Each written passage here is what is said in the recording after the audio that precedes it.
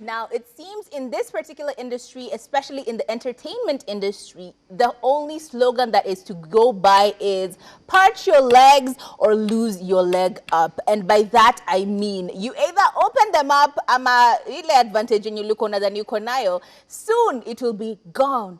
Gone in the wind. And this is the story that Sanaipei is telling us. Apparently, earlier on in her career, and even maybe much, much later, she's not specified when exactly, she used to have some funny, shady promoters, shady people trying to get in her pants by way of, I will promote your music, I will help you in this industry if. And a very particular story which she tells is that sometimes she would actually go to, she would actually have a promoter telling her that, oh yeah, don't worry, let's meet in Naivasha for this event. And when she asked for her deposit, the promoter would just go, which in her head is equals to promoter wanting her to go all the way to Naivasha with no money for deposit. And then later on telling her, Bedes, you come, we have a little bit of a drink as we sort out this deposit of yours. Kuja, let's kunywa ka one or two, which obviously leads to many, many other things and demands. And we all know how you can actually be held at almost a chokehold when it comes to your money. If you're in a situation where you're going for an event, you aren't prepared with the bills that are about to come your way. You have to have a place where you're staying, right? Which means you have to pay for that room. You have to get to the event. And if it is in such a place that is so far as Nanyuki, Nakuru, Naivasha, and so on and so forth, then it becomes such a hustle for you. So either one, you borrow, hoping that by the time you get there, you'll be able to compensate that money and send it back to the people that you borrowed, or eventually you just end up going there and somehow in the slur of drinks and everything, you end up doing something that you will regret. But Sanaipei Tande is not the one. She is not the one. You cannot come at Sanaipei and expect for things to go the way you think they will go. No, every single time she said no, and this is how she lost many, many shows and many, many deals because she refused to let herself be a loose woman. Yeah, I love the fact that she's raising the standards inside the entertainment industry, because let me tell you, it gets very, very crazy when it comes to the entertainment industry, the media industry, and heck, any industry as long as you're a female, all right? It's really, really easy to be taken advantage of, and I love the fact that she was able to stand up for herself and not allow her morals to be corrupted just for the sake of getting a check. And I think that's a lot of things that so many women can go ahead and learn from when it comes to working with other people, especially when someone tells you they have a deal for you, and the meeting that you're supposed to have is going to happen in a club.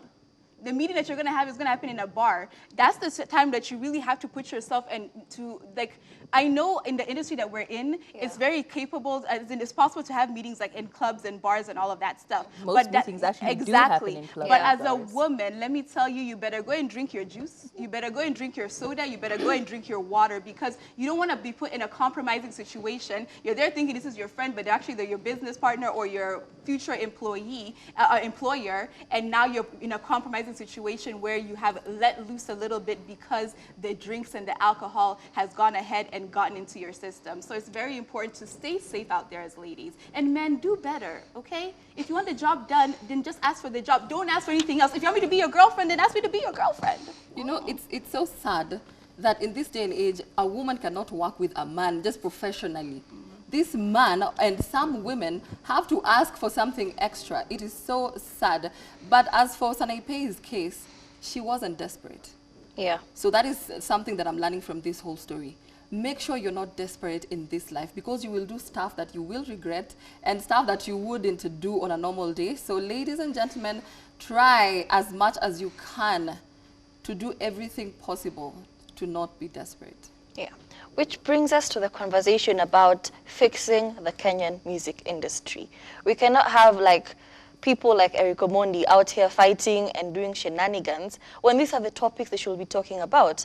You can't say Kenyan musicians are not doing their best when this is what female musicians go out and face.